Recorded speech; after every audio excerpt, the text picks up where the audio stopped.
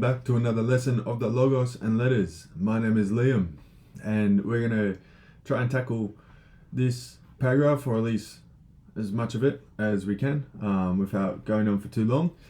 So, hyparkai tekai enantiotes katato poion.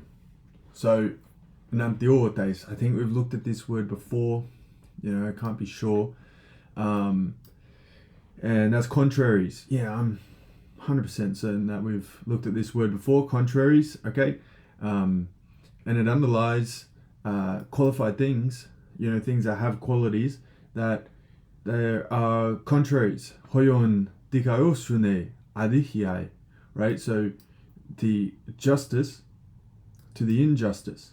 Enantion kai, contraries again, lukotes, white, melania, black, right? You can see that it's in like a dative case there with the iota subscript.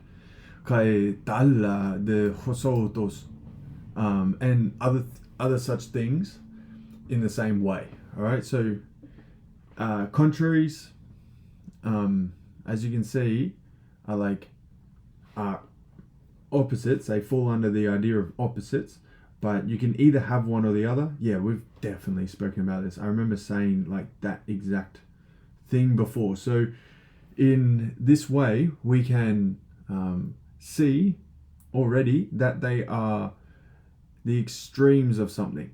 Okay, they are on each side. Kaeta kat autas poia legomena, right? And they're spoken of according to the same like qualified things. So hoyonto adikontoi dikaioi, right? So the unjust to the just. Kaito lukontoi melani, right? So and the white thing to the black thing, right? So again, uk epi panton de toyuto, right? And he clarifies, and not everything is fits this description is the same way.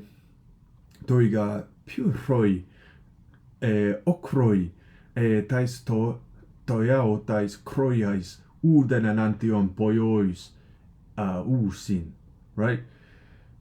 So there's no contraries. There's no contrary to things like ruddy or like reddish, something that's got quite a red complexion, or things that are like ochre, like quite a pale grey, or maybe even a very, very pale yellow-ish colour.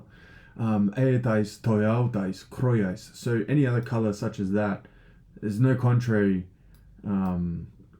qualification or a thing to them. Okay? Etide. Still, on another hand, ianton enantion thatron e poion. We should consider that if one of them is a quality, okay, if one of them is a quality, the other one, right, the other of the contraries, ton enantion, is going to be a quality as well. Okay, so let's summarize what we just said there. All right, so clearly, contraries are the extremes of the same genus. All right, so if the one of the pairs of the contraries is a quality, the other one's going to be a quality too. Okay, qualities are contrary to qualities. Places, a certain place is contrary to a certain place. You might say above and below are contrary.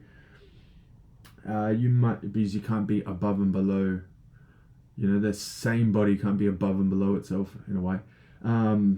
You could say. So obviously we've had colors, qualities. Odd or even, you can only have one or the other with your integers. Odd or even, you can either have 3 as odd or even. Can't be both at the same time. Numbers are contrary to numbers in that sense, but no number is contrary to another number. But the state of being odd or even is, within numbers. That's why I said that. What's another simpler one? I guess you could say weak and strong, if you'd like to say that. In like natural strength, you can either be weak or strong. so on and so forth. Okay, so it's all within the same categories. So we've looked at the 10 supreme genera. We've looked at those, we've named those, where, when, qualities, of course, right now that we're looking at, quantities we've looked at before, action and whatnot. So these things, the contraries are always within that same genus. They don't, one's not from the where, supreme genus of where, and another one's from action. Okay, that doesn't exist, that doesn't work. So one of them, if one of them is a quality, kaito loipon estai poion, the other one will be a quality.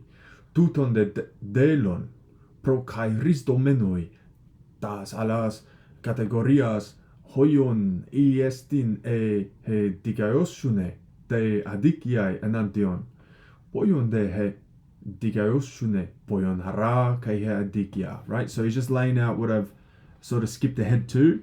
He's laying out the fact that, you know, you look at this pair of contraries, okay, such as justice and injustice, and they're contraries, enantion, and we see that it's a qualifier, that justice is a qualifier, then guess what?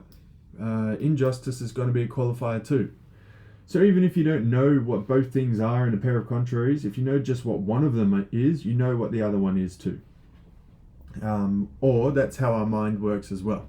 It's how our mind understands them and processes them. Udemia garton alon kategorion effarmosai de adikia effarmosai. Like it harmonizes, it fits. I say harmonizes because the root word for harmony is actually in there. I just covered it up, haven't I? But it's in there. Har. A little bit's been added. There's a prefix here, but harmosdai, like it harmonizes. De adikiai, right, to the injustice. So for nothing else, for there are no other things of the categories that fits to injustice. That's what he's saying here in this sentence that I will highlight for you. Udemiegarton alon kategorion efharmosai te adikiai. Nothing else fits, right? And that's what this is the opposite of what I was saying. This is like a via negativa way of thinking about it. So, utegarto poson, so quantity doesn't fit injustice. Uteto prosti, relation, nope, that doesn't fit injustice. Utehu, right? So neither does where. Uth holos, right? Neither does anything as a whole. Tito ton toyuton uden, none of these things, right? Just alaepoion, just quality. Vos autos te kaepiton alon ton katatopoion enantion, right? So, and it goes the same way according to all the other qualities as well. If they have a contrary, the other contrary is going to be a quality. Now, you may be thinking to yourself, he's just speaking about qualities, he's mentioning this same rule applies for all of them, not just qualities, okay? It applies for all of them. If there is a pair of contraries and they exist in one of the supreme genus or any particular genus, the other contrary must also belong to it. Otherwise, it's not actually a pair of contraries. And someone's thought up something ridiculous, something that's not quite true. All right. So that is in here, of course, it's quite specific to qualities, quite specific to virtues as well, but it is a universal rule about how contraries work. All right. So you've more than you bargained for with this particular thing. So I think we can just leave it there. I don't think I actually might just explain this word. I didn't really think I translated this one, did I? Tuto de delon pro kairis domenoi tas alas categorias, right? So, and this is clear if we undertake or we take up the other categories, okay? Kair is like hand, and ris domenoi is a participle ending in the passive or middle. I think it's hard to tell which one it would be, middle or passive here. And pro is like Procaire is like to take, like, gives you this mental image of grabbing it with your hand, like undertaking or getting your hands on it, or getting to grips with it in English. Getting to grips with it is actually a really good idiomatic translation. So he's tested it by the other categories, okay, and he's found that yes, contraries are the extremes of a genus. Okay, so if you ever need to define contraries, there you go. You've got it. You can define what contraries are. And yes, they're kind of opposite, but not all opposites are contraries. All right, so opposites would be the bigger genus, and a subordinate genera would be contraries. So that's just how we say it there, because we'll get into that.